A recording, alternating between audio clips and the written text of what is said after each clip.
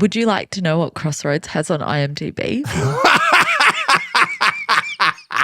Hello, it's Wilko Courts. Welcome back to another episode. Make sure you like this video and subscribe to the channel. And if you have any thoughts or feelings, because we all do, you know where you can share them in the comments. Even if they're like, if you completely disagree with us, I love that. So pop it in the comments below. Your opinion does matter. It does matter. Matters to us. You think about it. It's like a suggestions box. You know what I mean? Yeah. But everyone can see who wrote it. Oh, like the other day, true. someone wrote they would rather they not hear me on the podcast, which I found very interesting because it's called Wilko Courts, but they were pretty pissed off that I was talking. But I am here to stay. Sorry. Yeah. It's just it's unfortunate. But keep commenting because that helps. You know, because the man is the most important. You know what I mean? Very important. No matter how long we go in life, we'll always remember that the man is the most important. Okay, speaking of men who think they're important, I don't know if you saw this and I don't know if you understand it, but I tried to get my head around it today. It came out in the last sort of 24 hours or so. And I haven't listened to the podcast of where these quotes were because it's behind a paywall. And I was like, what? How famous is this guy? Turns out, kind of. So there's a podcaster called Bret Easton Ellis, and Bret's got a podcast. To me. Tarantino was on this podcast, and Tarantino was ranking his favorite films of the 21st century. And if you don't know Quentin Tarantino, he is a prolific director and screenwriter. He is behind things like Pulp Fiction, Kill Bill, Django Unchained. Didn't he? He always said he was only going to make like 10 movies, or was it 9 movies or something? And he's made like one under what he said he was going to make. And people are like, oh my gosh, what's the next one going to be? Because it's the last one. There was a number. I can't remember exactly how many he said he was going to make. I know he said, like, I think he's recently become involved in a TV 10? show. And so people are like, ooh, he's, doing a TV show because it doesn't count towards the movies. Right. Okay. Yeah. I don't know. I don't know if it was 9 or 10. I feel like it's a 10 movie rule. Quentin Tarantino is a very stylized director. He has a very strong perspective. And a lot of his films contain a lot of violence, themes that are... Oh, they're art, aren't they? You have to watch the whole damn thing. Have you ever watched... They got to watch it. Have you ever watched a Tarantino film? Because I know, and this is not me outing you, you just aren't as arty as I am when it comes to film. I'm arty in other ways. No, I have. I've watched Pulp Fiction. I'm looking at his list now. Great. I think I might have watched Kill Bill Volume 1 early in the relationship with Rob because he would have wanted me to have seen that. Of course he would have. Inglourious Bastards. Yep. I think I've watched.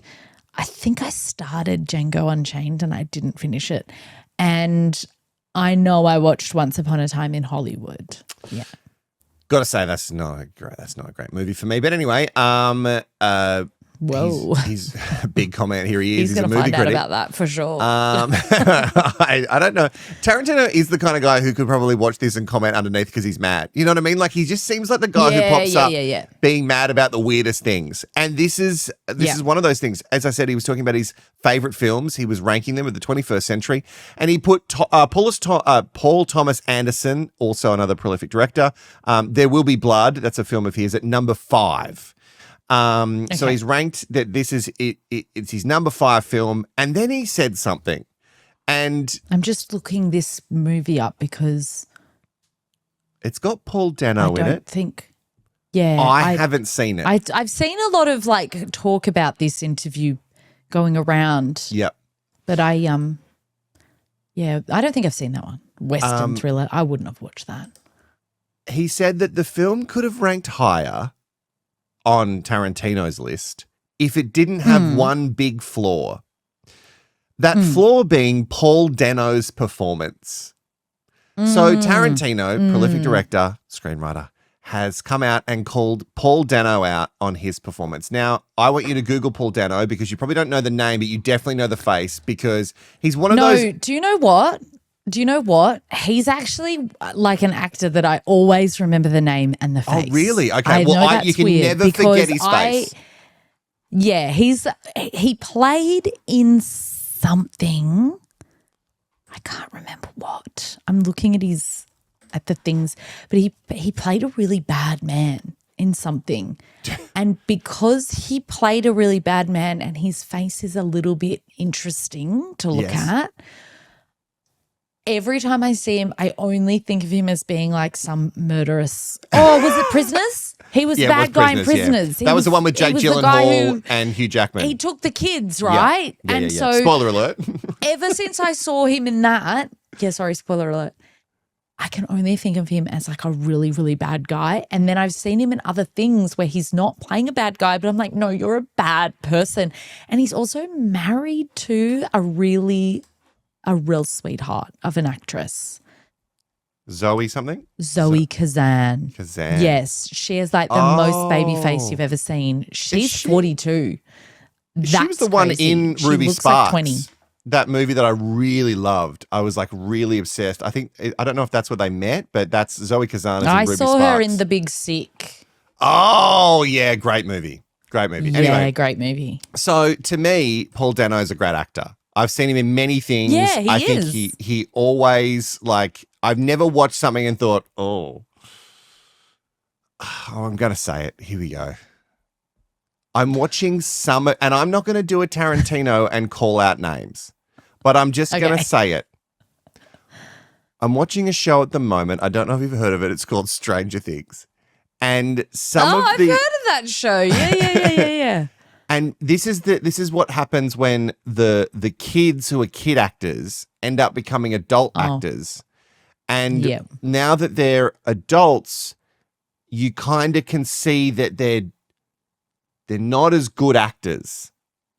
And only some of them. It's kind of like when like Lindsay Lohan got a bit older and Hilary Duff got a bit older. And you're like, oh, you're still acting the same way you did when you were a child, which was amazing for a child actor. Yeah. But not as amazing for an adult actor. Paul Dano, to me, though, isn't one of those actors. He's always been excellent. I actually find him quite mesmerizing in everything that he's in. Oh, I just remember the movie Little Miss Sunshine. He was also in that. Great actor, a lot of indie films, also been in big films, obviously, but a lot of indie films, and I think he's great. Now, Tarantino has called him out for being such a shitty actor that he has dragged down the tone of an entire movie.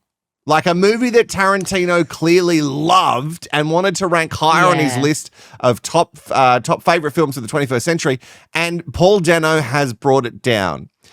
He went on to describe Dano as weak sauce, a weak sister, a weak, uninteresting guy. And he actually went on to say the weakest fucking actor in SAG. He said that Daniel Day-Lewis completely overwhelms him in the movie. Now, here's the thing. Daniel Day-Lewis, again, one of those actors, he's like an actor's actor. Like he's one of those actors that everyone's like, oh my God, he's incredible and everything. And he's also one of those people, like, kind of like Paul Dano, who doesn't have any sort of celebrity about him. He is an actor. Like he's known, obviously very well and famous, but he's not a Timothée Chalamet. You know what I mean? Like he's not doing the whole like I'm a business. There's a group of actors and actresses, but mostly actors, weirdly enough, that I have in a category of I know their name and I would never be able to recognize them. Ever. Right. Yeah. Like and Daniel Day-Lewis is one of those actors for me. He's one of those actors that you hear his name, you hear that he's like this prolific actor who's done amazing things and he's been in all of these things, but I would never be able to pick his face in a lineup. Never, ever. No, I still to this day cannot picture what he looks like at all. Well, and that's because he's just so in the role. You know what I mean? Like he's so in the role. And you've definitely seen him in a bunch of movies. You artists. He transforms, okay? So I think that this is just, I'm going to say it and it'll have to be beeped, but it's the cuntiest thing that that a director in the same field could do. Because well, he knows his power Yeah. too. Like Tarantino knows what power he has over actors Yep. and movie makers and TV stars and everything. Like he knows how much like actors want to be in his films. So for Paul Dano to be, is that his name? Like for him to be called out that badly yeah. by Tarantino, that's not like I would like to think enough directors and producers and stuff can be like, oh, Tarantino's just like, you know, being a bit of a Tarantino and saying some stuff to like get hits on this podcast. I don't even know if he's saying that. I don't even know if that's it though. I think Tarantino just says what Tarantino feels and that's meant to be the cool thing about him. But if I was an actor and I did like a short film once, and there was a lot of standing around and I have to remember lines and that's just not going to work for me. No. Reading, what do you mean we have to like learn everything? It's like school. I have to learn everything and then I have to just wait around until you're ready and then I have to just like on command say these things? Absolutely fucking not. But I have a real character actor face. You know what I mean? What do you mean by that, character actor? Do you mean that it's malleable? No. I mean character actor as in like I'm not the leading man. Oh. I wasn't talking myself up. You're the gay bestie. That's true. I could be the gay bestie. Give me minimal lines and just a lot of facials. No, not like that. Like, anyway. So I think Tarantino says this stuff because Tarantino is just saying things. I don't know if it's I don't think it's calculated. I don't know. It's just I think it's a cunty thing to do because you're in the same industry as this person who is, and you can argue it, very good. He's a very good actor, and I don't think you should just like shit on him for apparently ruining an entire movie. So, like you said, only he's flaw so with good this that movie, I can't look at him without thinking he's actually like a child kidnapper. Like I actually cannot see this person without thinking that. That's how good he is at acting. Tarantino obviously has been controversial forever. A lot of violence against women in his movies, which people call out all the time, and like movies that he has written and created. A lot of racial slurs in his movie. That again, it's art and it's meant to create controversy. And also, I didn't know this, but when I was doing research today, he made some comments about Harvey Weinstein, and I was like, how did I miss this? Did he protect Harvey? No, he was just asked, well, not specifically that I know of, but he was asked what he knew of when it comes to Weinstein's behavior. And Tarantino said that he only heard rumors, even though a lot of people said didn't hear a thing.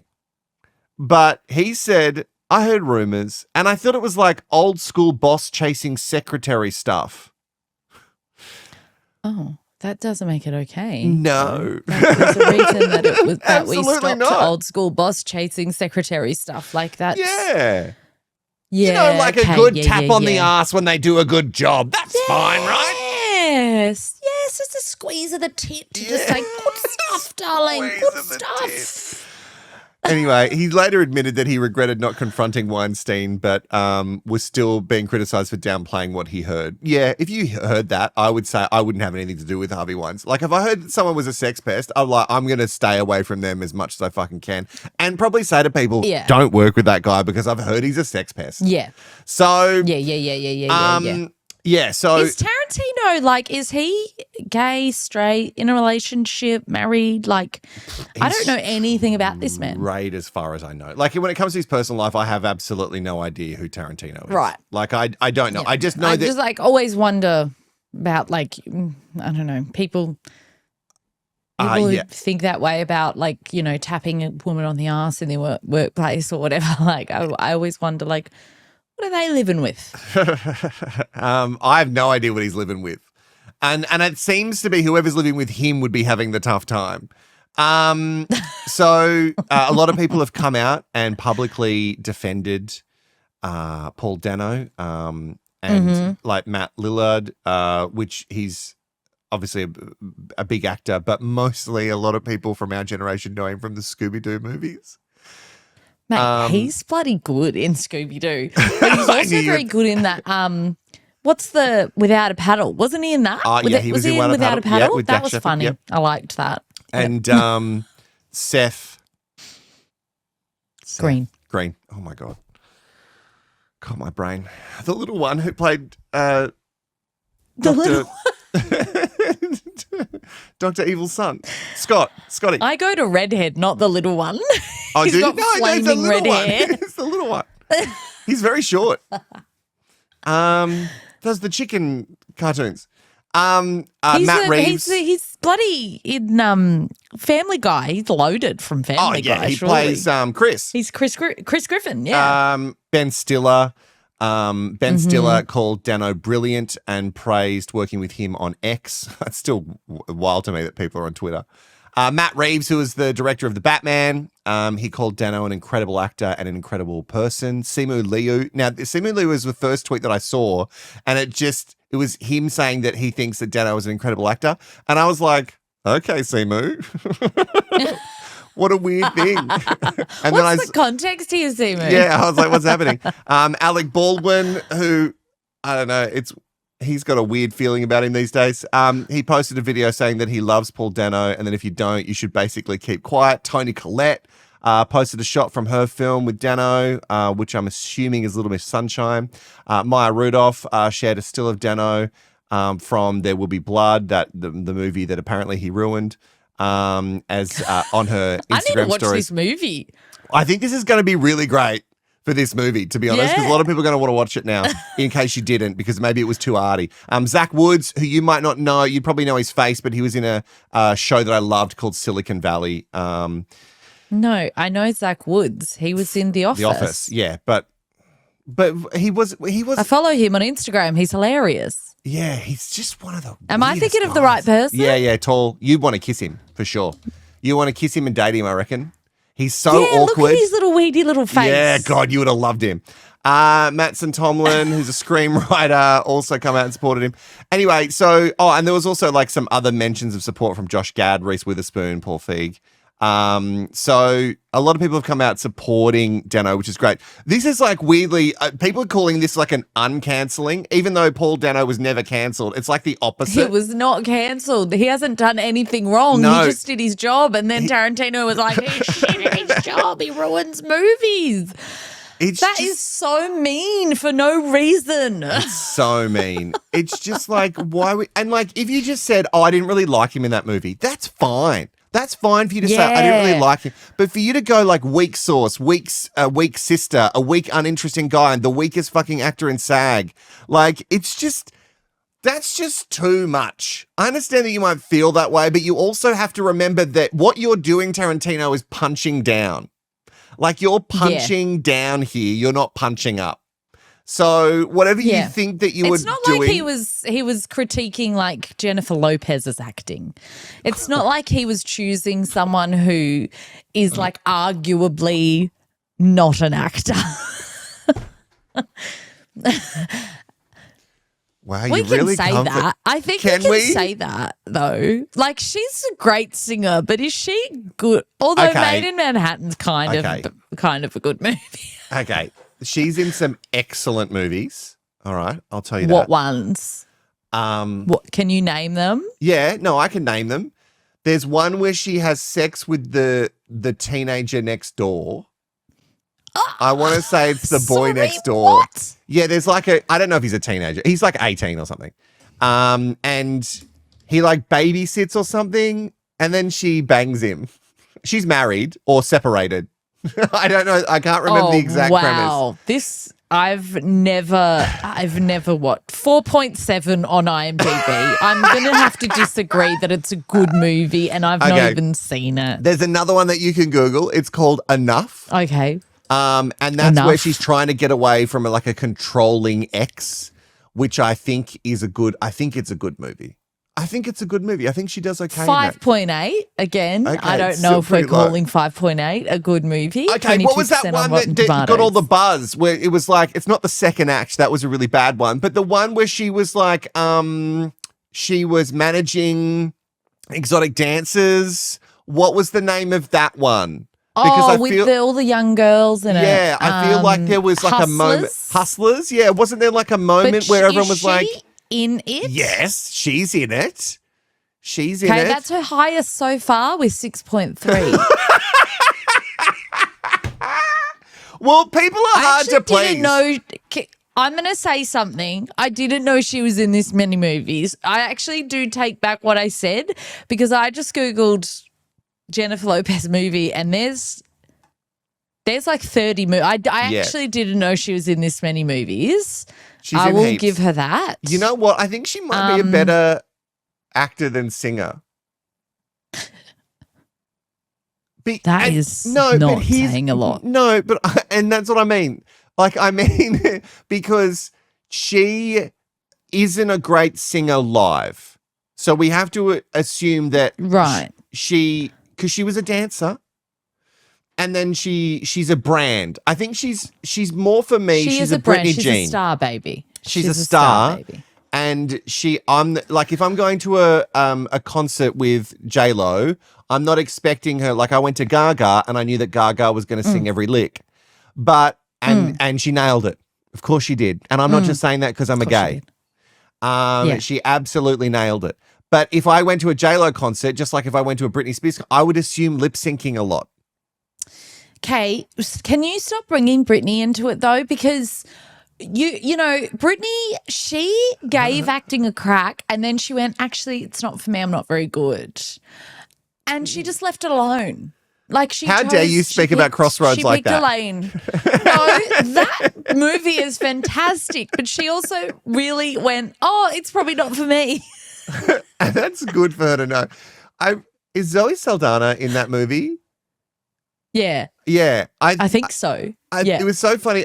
People were talking about Zoe Saldana and how she's in all these prolific movies. And then I saw an interview with her once and someone was like, oh, yeah, and you're in Crossroads. And she was like, oh, yeah, I was. And it was like, I love it when actors forget what they're in. You're in one of the most iconic movies for probably all the wrong reasons. Oh, my God. Can we end the episode on this? We can end it however you like. Would you like to know what Crossroads has on IMDb?